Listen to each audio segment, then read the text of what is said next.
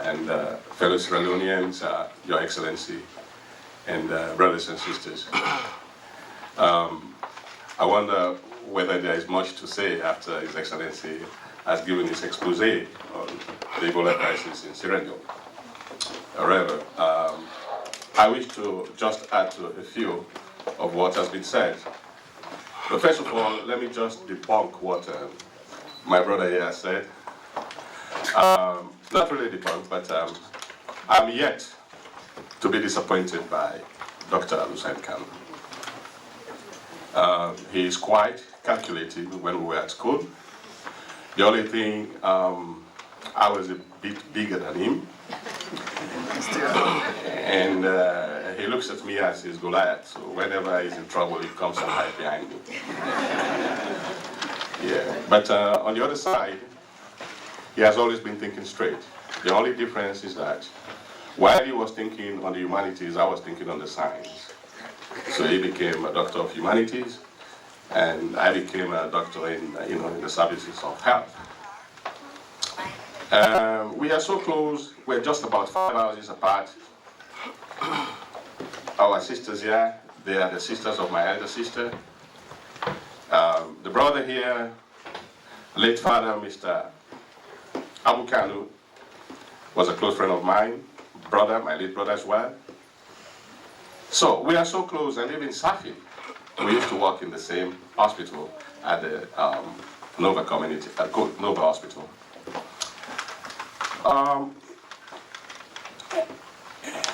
I've come across a lot of practice in the epidemiological services. I've been going through 3 continents. First in Egypt, where I graduated as a medical doctor. And I worked in Saudi Arabia for some 14 years. And now I'm in the States. So it was not by mistake that we all choose to go back home and give our experiences. While he was thinking on community colleges on the educational side, I was thinking of bringing home the West African Medical Center. Already we have a building with some equipment. Something happened, and I had to leave that center, but I think it was a blessing in disguise. But before I left that center, I was practicing in Freetown. I was in Freetown the March of this year at the outbreak of Ebola.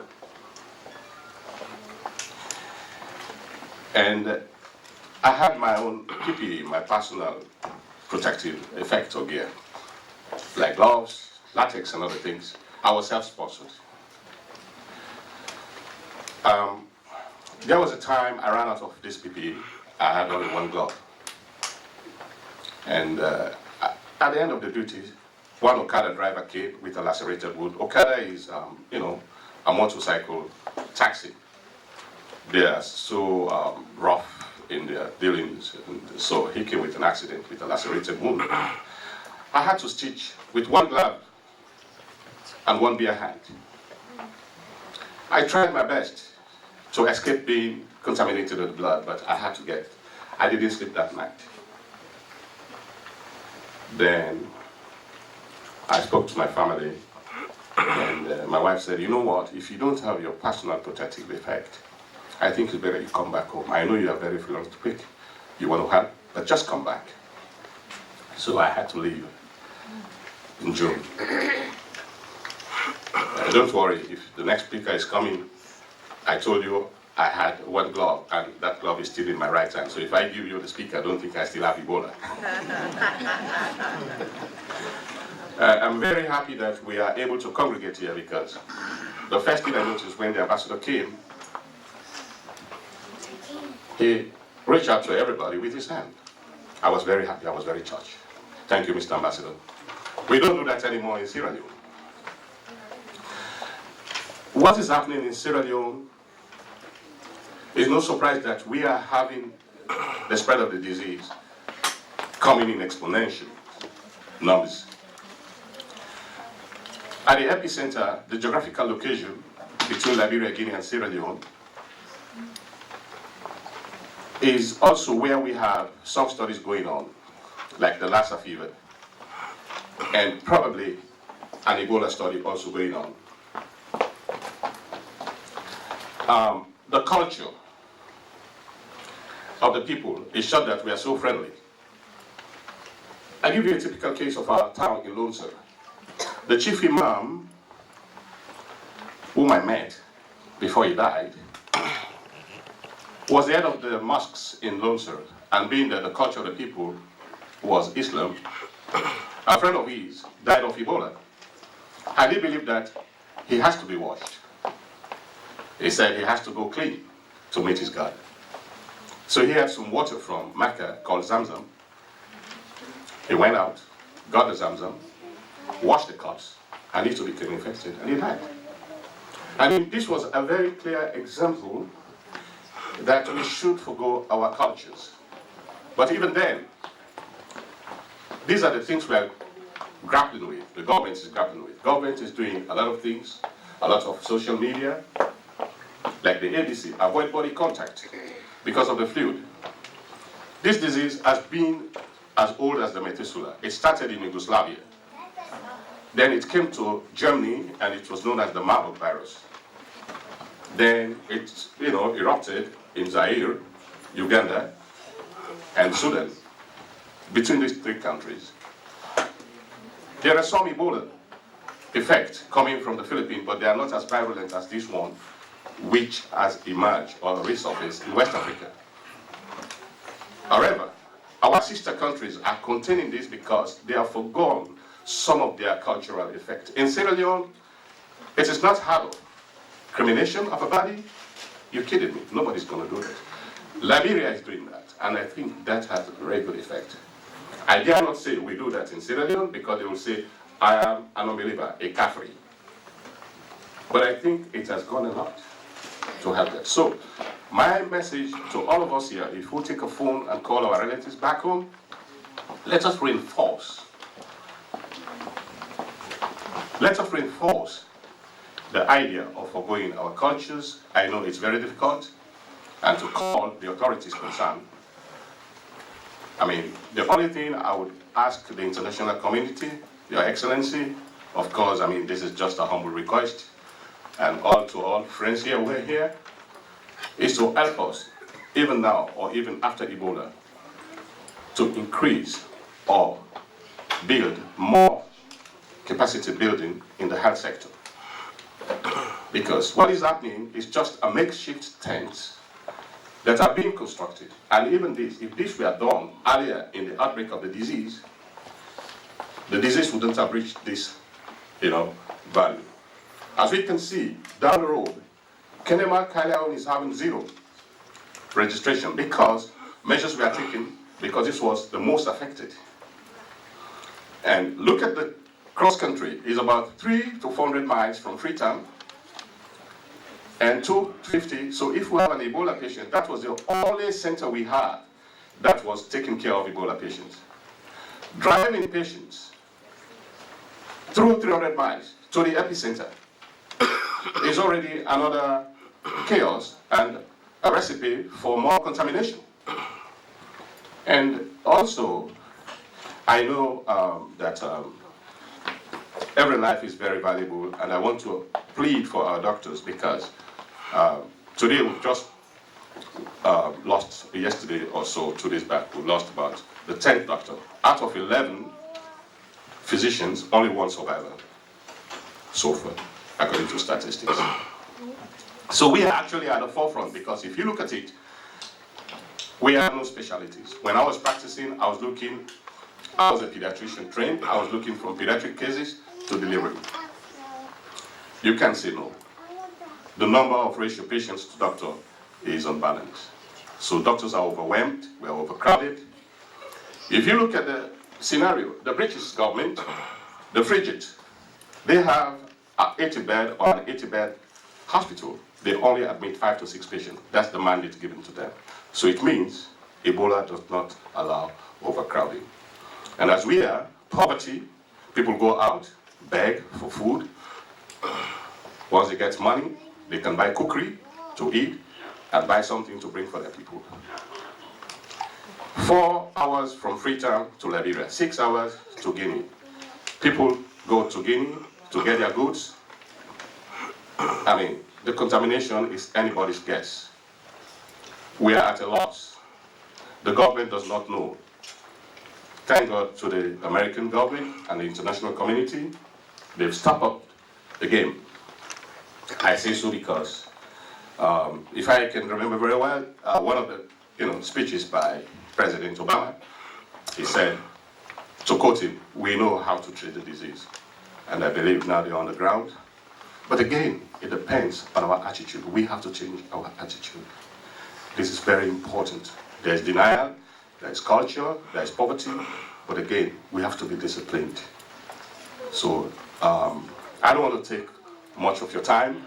If I can reach so far, I hope the international community will come more to our aid, because otherwise, we're going to be exterminated on the face of the earth.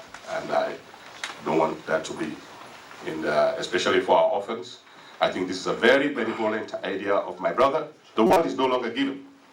It's no longer benevolent. But I want us all to come benevolently and support our people and our orphans in Sierra Leone. Thank you.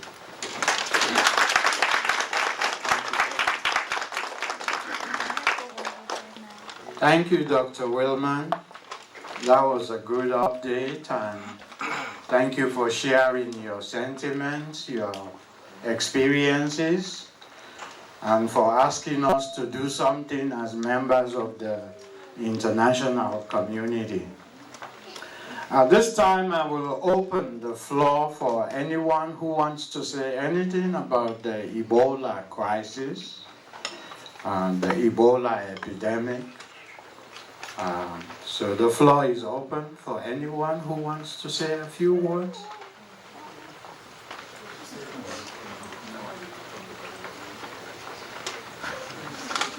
No one does.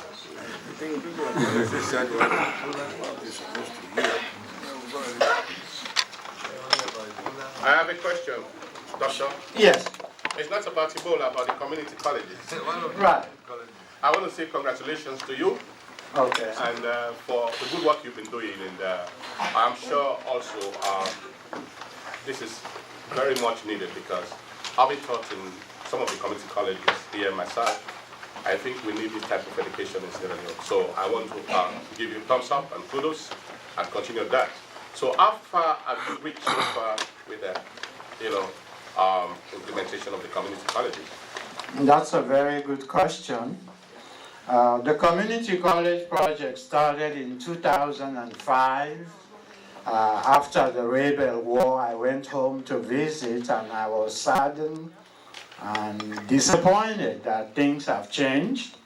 So I came and met Dr. Gail Kettlewell of George Mason University. And since then, I personally spent my finances to take a team to Sierra Leone. And we met with the government, and 4 years ago the president came, the Minister of Education came, a memorandum of understanding was signed, and we have 4 locations for the community college project. In each location, land has been donated worth $6 million in each location. The setback was the Sierra Leone government expected the American government to do everything. And the American government said, or the sponsor said, you have to come up with a certain percentage. So that's where the hold has been. And unfortunately for Dr. Gail Kettlewell, her husband is currently seriously sick, so she has stopped all the movement. But my thoughts about the community college in relation to Ebola is that when we try to help underdeveloped countries, sometimes we use a bandage approach. We solve a problem here and something else happens. So the idea of the community college was to help with the overall development in all areas. The vision was someone comes to the college, you have a job, and you study what you're going to do your job with, and there are many more opportunities if that has gone through. So at this time with the Ebola crisis, my vision is that we should do public service announcements. And I will welcome your contribution to this as well, my friend. Definitely. Public service announcements, as well as develop health education or sponsor health education prospects in Sierra Leone. So that's where the community college project is right now. It's a big vision, and as long as I'm alive, I hope someday to see it into fruition. Thank you for your question. Yes, you can come on.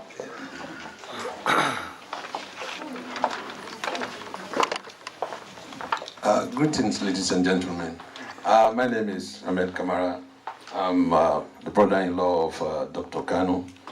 I'm talking about community colleges in Sierra Leone. I'm much more interested. I've been a member, I was one time a member of the community college project when it started in Sierra Leone, till when it was finally handed over to education gurus like Professor Bamanja, and that was the time when we decided to back off. But I'm still interested. I'm just here to make a citation from one of Dr. Kanu's papers that he presented for the community project in Sierra Leone. He raised a question in that paper.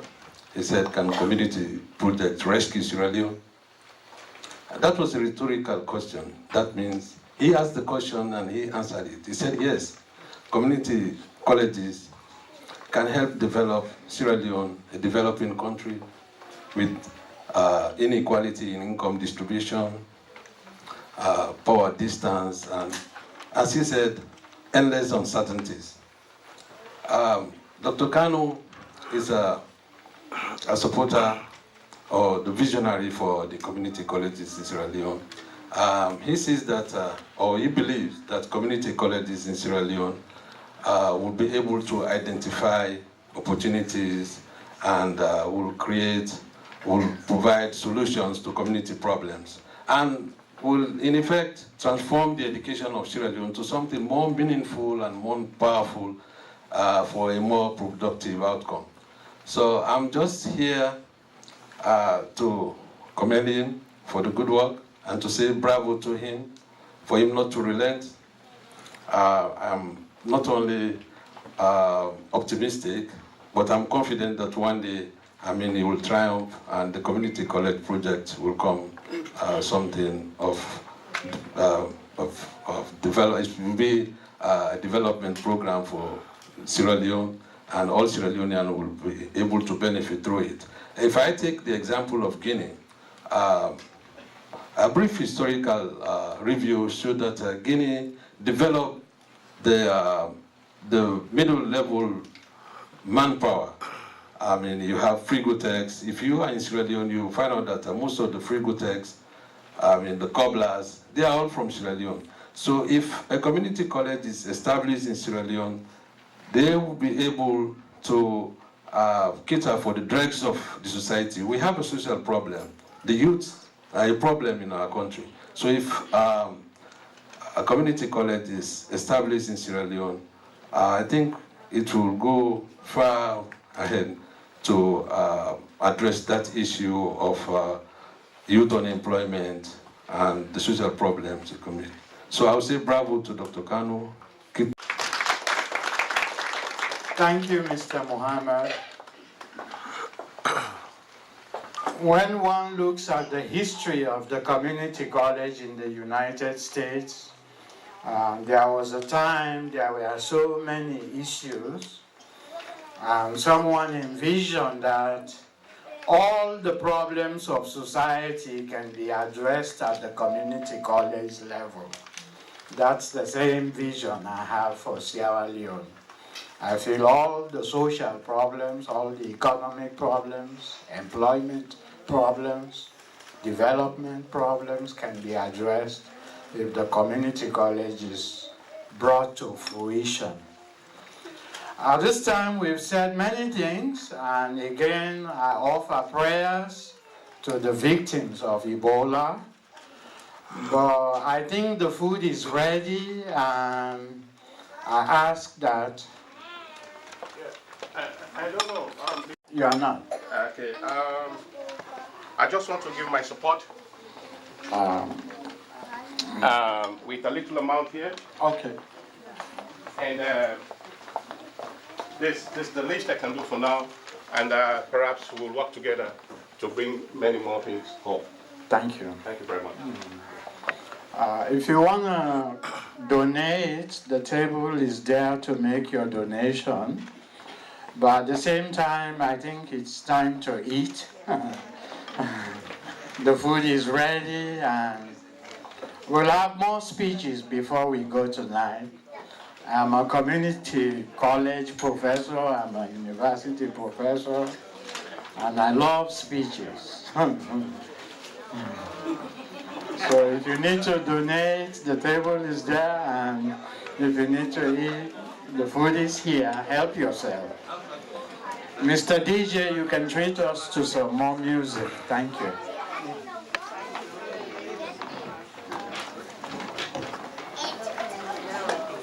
Yes, okay.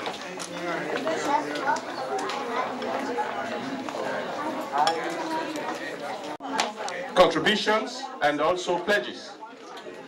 And we will appreciate anything in kind also, even without money, but also that will go to help the orphanage in Sierra Leone.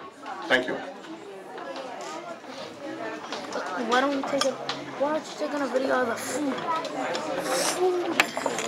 Here. Working.